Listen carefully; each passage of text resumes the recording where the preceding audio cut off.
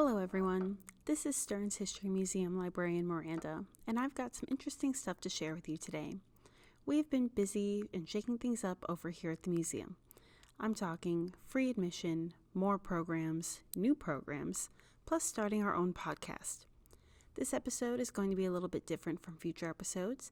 It's going to be a bit shorter and have more of an introduction to what is to come. So first, why a podcast? And why call it Crossings? Well, a big part of our mission is to make things accessible and to share history with people, and we thought a podcast may be a way to find new audiences while also reconnecting with our current audience in a new way. Our title, which some may know, is the same title as our magazine, and it was chosen because this podcast in many ways is just an extension of our magazine. It has the same purpose, but brings different content to reach different audiences. For those who don't know, the title Crossings was originally chosen to reflect the overall theme of the exhibits gallery and the museum, where they planned and did illustrate the history of Stearns County through its role as a meeting ground of the prairie and woodland environments, the Dakota and Ojibwe people, different ethnic and religious groups, and the granite and agricultural industries. We continue to show how this region was a crossroads for the fur trader, ox cart trails, railroads, and steamship routes. Out of these and other crossings emerges the unique and special nature of Stearns County. So there you have why we decided to do this the way we have. But what will it look like? We will have episodes featuring specific exhibits here at the museum, both past and present, interviews with local figures and staff, behind-the-scenes discussions on how we preserve and curate our collections, updates at the museum, program highlights, and general stories of Stearns County history. For the most part, a new podcast will be released on the first Tuesday of every month and will be 30 minutes to an hour and a half long, depending on featured stories and guests. I will be your primary host, but expect to hear from other staff members semi-regularly. General format will be updates first, a segment called Stories of Our Stuff, where we talk about items in our collection, program highlights to let you know of upcoming programs and opportunities, a research topic segment to tell stories of Stearns County, and special episodes will have an interview with staff or other figures on a variety of topics. So with that, I will continue to our update segment. First off, we have free admission for all Stearns County residents for another year. This initiative is so much more than getting more people into the building, which is a major goal of ours, because we do want to make sure that people can visit, enjoy, and learn from the museum without financial barriers. But it is deeper than that. We are trying to send a message that the museum is a resource for everyone, and that all are welcome here. It makes it feel more like a community space, which is what we'd like to be for our county residents. We would like to give a big thank you to our county commissioners for making this possible. Having the support of local government is huge for us. So if you're happy with the museum and you appreciate this free admission program, please let your county commissioners know. We are committed to making history accessible, and that is made possible through your support. Speaking of accessibility, we are still offering student passes through the university and public libraries.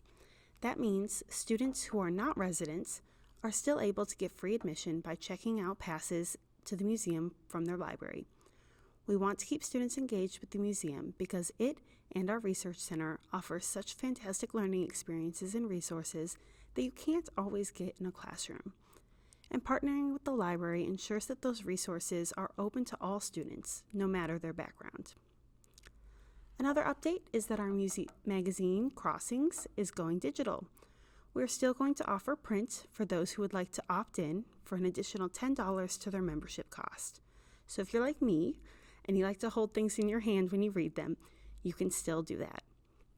How it works is that you will continue to receive a physical copy of Crossings until your membership expires, in which case, upon renewal, you can decide whether or not you would like a digital or physical copy. So if your membership does not expire until November, you will get physical copies until then, in physical. But if your membership expires this January, you would get digital unless you request otherwise. Questions about this can be sent to Anne-Marie Johnson. We felt this was a good compromise. We save many resources by going digital, and those resources can be put into other initiatives like programs, exhibits, preservation efforts, or research. So we're really trying to give people options. And speaking of options, for 2025, we have doubled our program offerings. We're trying to cater to a wider range of interests and meet demands. When you speak to us, we listen. We've taken some of that feedback to expand programs that we already have and also offer new ones. You can learn of our upcoming events through our event page on our website, Facebook, or through this podcast. And for our last update, the Research Center staff and volunteers are excited to announce an upcoming family history, inventory, preservation, and creation project. Do you have a Stearns County family history? We would love for you to consider donating a copy to help preserve and share the stories of our community. Have you already contributed a family history in the past? Now is the perfect time to update it with new information or recent discoveries. Do you know of a family without a compiled history? Let us know so we can assist in documenting their story for future generations. We are trying to make sure the stories of Stearns County families, regardless of when they got here, are documented and preserved for future generations.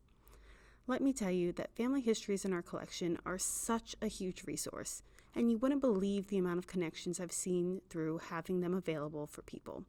So please spread the word about this initiative. Now we have a fun segment, Stories of Our Stuff. A common misconception that people have is that objects in collections are boring or that they can't tell a story. But that couldn't be more wrong, and our registrar Michelle has been working to share objects in our collection and their stories with the public for the last year. Almost every month or two, she will curate a mini pop-up case in our lobby and fill it with objects that are not often featured in our main exhibits. If you'd like to see what she has put up this month, you'll just have to see for yourself. But I'd like to talk about one of her previous exhibits, which featured items from World War II vet Ralph Krafnick. She allowed viewers to step back in time and experience a little piece of Pearl Harbor history, all through the lens of one sailor's personal belongings. Because it really is amazing how everyday objects can become powerful reminders of major historical events. So to set the scene, Ralph Krafnick was stationed on the USS New Orleans, and it is December 7th, 1941.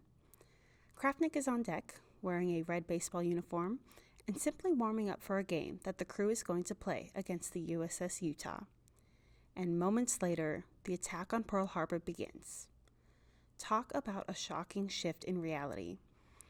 It's really hard to imagine that kind of emotional whiplash, to go from leisure and camaraderie to chaos and violence. It really makes you think of how fragile peace is. We displayed that baseball mitt that Krafnick was playing with during that very moment. We also showed his Navy uniform, a ribbon with the ship's name on it. Really, Michelle was able to curate an experience and background that narrowed down on such a large event that we all know. Because looking at that baseball mitt and the story provided really drives home how suddenly life changed, not just for Krafnick and the other crew members, but for all American citizens and the world. Speaking of the USS New Orleans, it played a huge role in the Pacific Theater after surviving Pearl Harbor. Krafnick and the New Orleans saw intense battles such as Guadalcanal, the Coral Sea, and Wake Island.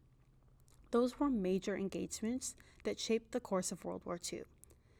For people who may not know about the Pacific Theater and its role in World War II, those battles were all turning points in the war against Japan. The Guadalcanal was a brutal 6-month-long struggle for a strategically vital island, and the Coral Sea was the first major carrier battle, which marked a shift towards naval aviation. Wake Island, despite being a small island, was a huge symbol of American resistance in the early days of the war. So it's pretty amazing how much history is packed into this little mini display case that's able to be told through Krafnick's items. He also went on to start the Pearl Harbor Survivors Association in '58, which speaks to the impact of shared trauma and how much veterans need to connect with others who understand what they went through. I think it also shows how important it is for us to remember and learn from these kinds of events.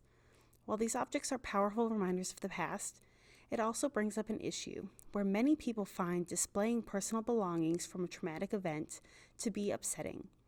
We as museum professionals often struggle with how to present sensitive historical artifacts in a respectful way.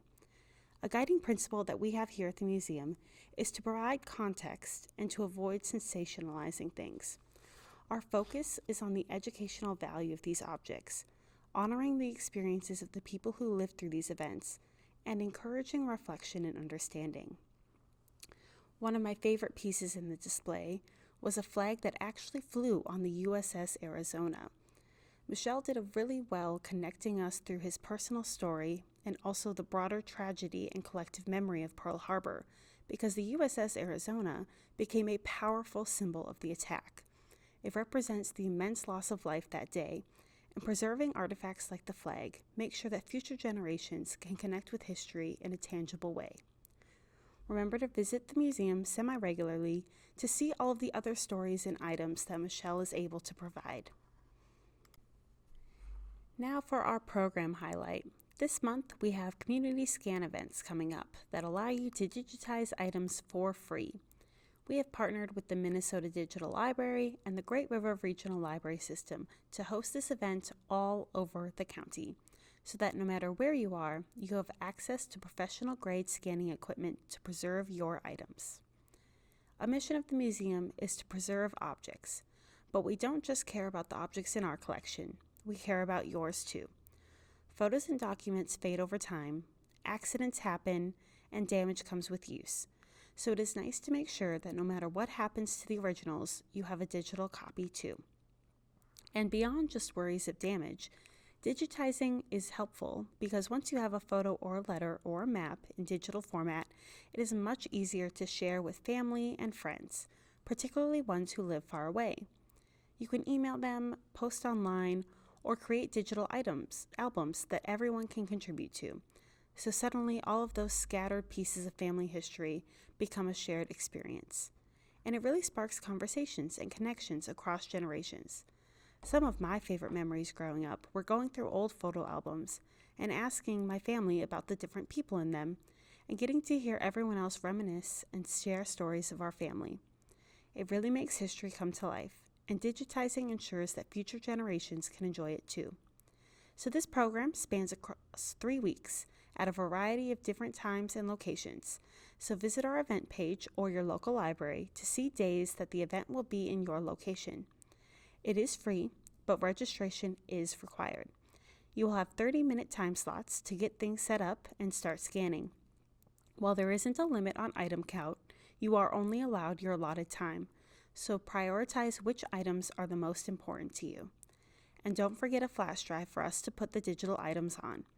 We will have flash drives available for $5, but if you want to save yourself some trouble, just bring your own. And just to let you know, the museum does not keep a copy of your items. It is all about you and preserving your materials. Our last segment, my favorite, is research topics to tell Stearns County stories. So this time, we're headed to the early 1970s in Bruton. Now, when you first think of Bruton, your first thought might not be high-performance engineering, but that's exactly where we're headed because we're going to be talking about the Brutanza Snowmobile Company. In our research center, we have a ton of articles and stories about this machine and the company. And honestly, it is way more interesting than you might expect for a snowmobile, even if you aren't a snowmobile enthusiast. And what I think is so fascinating is how this small town origin story really ties into Bruton's innovative spirit. It wasn't just a product, it was almost like an embodiment of this community's ambition to create something special. And it was a solution to some very specific problems that snowmobilers were facing at the time. So to paint a picture of what Bruton was like back then, imagine a very classic Midwestern town, surrounded by farmland and lakes, a place where everybody knows everybody. Not exactly known for a hub of cutting-edge technology, but that's part of what makes this so interesting, because from this unassuming setting emerges Brutanza. So, the key players behind this success story are John Balmer, a local banker with a vision, and Jerry Rees. Now, Jerry Rees was a talented engineer, and he had actually worked at Polaris, which, for those of you who don't know, Snowmobiles is a big name with Polaris.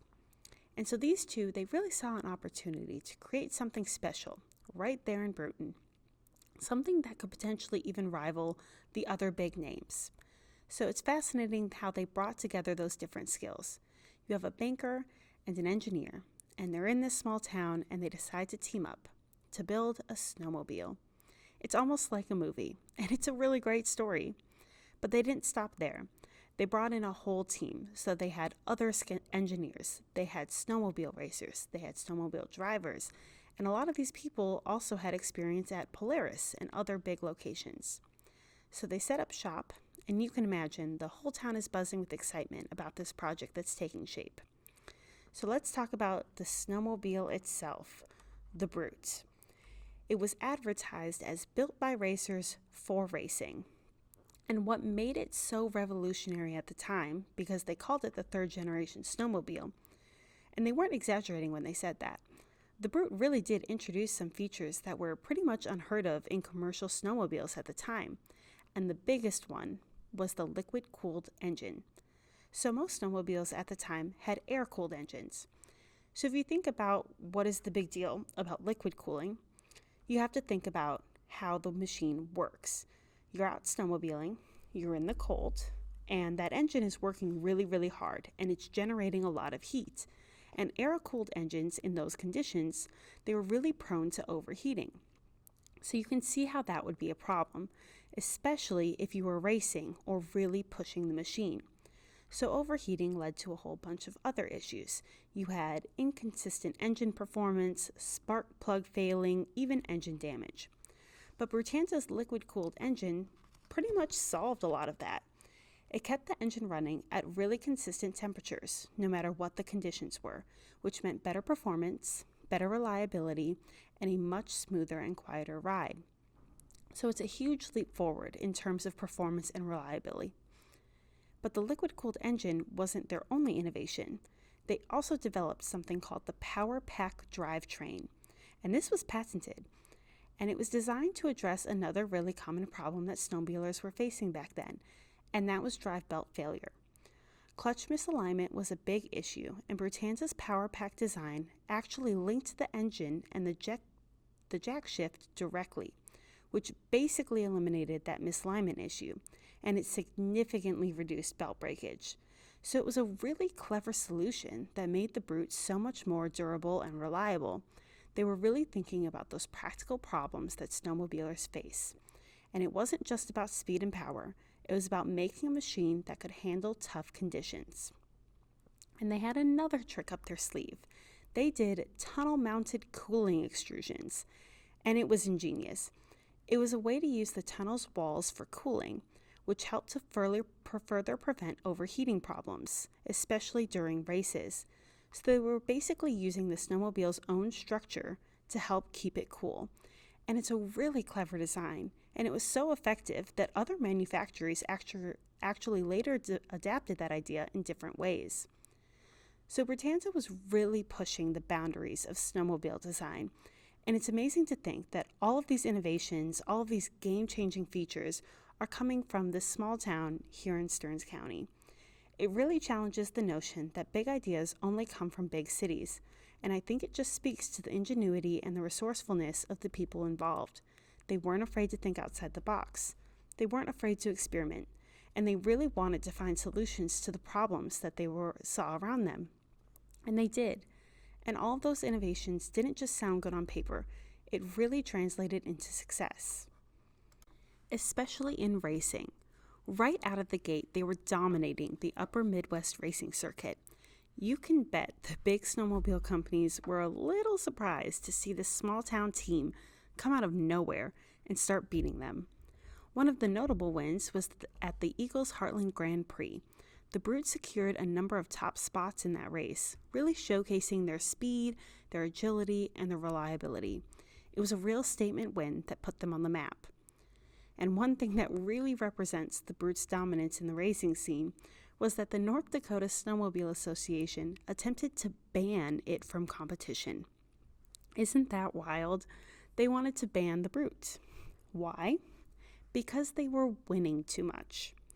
They were concerned that the Brute's superior performance was actually discouraging other racers from participating. They were worried it was making the races too predictable. So it was attempted to ban them because they were too good. It's a great story. I mean, I can only imagine the buzz around the Bruton scene, this small town team building this revolutionary machine and going out and beating established giants. It's fantastic. And it wasn't just those short races either. The Brute also proved its endurance in one of the toughest races out there, the I-500, a 500-mile race from Winnipeg to St. Paul. Grueling. Known for its brutal conditions, the 1972 race was especially challenging. Despite negative 37-degree weather and carburetor troubles, Marley Duclos, who was one of the original designers, actually managed to turn the fastest time for the 201-mile stretch on the third leg, moving the Brute from 33rd to 10th place. During the final leg, leaving from St. Cloud, Duclos rose to third place, but he had to stop for repairs just 3 miles from the finish line due to a faulty drive bearing. Ultimately, only 43 out of the original 301 snowmobiles that entered managed to finish the race, with the Brute placing 11th. An impressive feat given the weather, endurance required, and competition. It's a classic underdog story. It really is. And it captures that spirit of innovation that was at the heart of Brutanza. Sadly, like a lot of great underdog stories, Brutanza's success wasn't meant to last forever. So some things that led to their decline. Well, first, the early 1970s brought an economic downturn, and it hit a lot of industries pretty hard, including snowmobile manufacturing. It was tough for a small company to weather. Sales slowed down, and a lot of companies felt that financial strain. And then to make matters worse for Brutanza, they were hit with a pretty major setback, a clutch recall. They had received faulty clutches from a supplier, which led to a number of failures. It was like a nightmare scenario for any manufacturer, a huge blow. They had to recall all of the affected snowmobiles, which is costly and time-consuming. And even though they did eventually win that lawsuit against the supplier, damage was already done. It had strained their finances, and it tarnished their reputation a bit. So despite their innovative designs and their racing success, they were facing this uphill battle against these economic forces and these unforeseen challenges. It just proved to be too much to overcome. So in 1975, Brutanza Engineering was sold to Scorpion, another snowmobile manufacturer. Scorpion, to a certain extent, continued the Brutanza legacy. They actually produced the Brute design for a couple of years under their own brand name, and they even incorporated some of Brutanza's innovative features into their other models. So in a way, the Brutanza spirit lived on. It's really incredible to think that this small company from this small town could have such a lasting impact. And even though the Brutanza company itself is gone, its legacy lives on in the hearts and minds of snowmobile enthusiasts and collectors. Speaking of, there's still a vibrant community of Brutanza enthusiasts who are keeping the memory of this unique snowmobile alive. There are enthusiastic collectors who spend countless hours restoring and maintaining these vintage Brutes. They keep the machines running and they showcase them at events. It's really great. They're preserving a piece of snowmobile history. There are also snowmobile reunions for Brutanza, and they're held semi-regularly. Collectors, former employees, and fans, they all come together and celebrate the Brute and share their stories. And these reunions are about so much more than the machines. It's about the people, the memories, the shared passion. It's about that community and that Brutanza really embodied. It wasn't just a machine. It was a symbol of innovation, community, and the spirit of a small town that dared to dream big. And they succeeded. It really is amazing how a snowmobile built in a small town, back in the 70s, can have such a strong following today. The Brutanza story really shatters the myth that you need big cities and massive resources to create something groundbreaking. This proves that a small team with passion, with vision, with a focus on solving real problems, can make a huge impact. It's not just about having a good idea, it's about having the determination to see it through, even when you're facing challenges. Because Brutanza did, but they never gave up on their vision. They had that drive. Those innovations in engine technology, drivetrain, design, cooling systems, they influenced the whole snowmobile industry and paved the way for machines that we see today. It's a classic story of how a small fish can make big waves. And beyond the technology, Brutanza also left behind this legacy of community and passion. That's all I have for you today. Remember to check out our website and Facebook for updates, and tune in next month for more news and stories. Thanks for listening.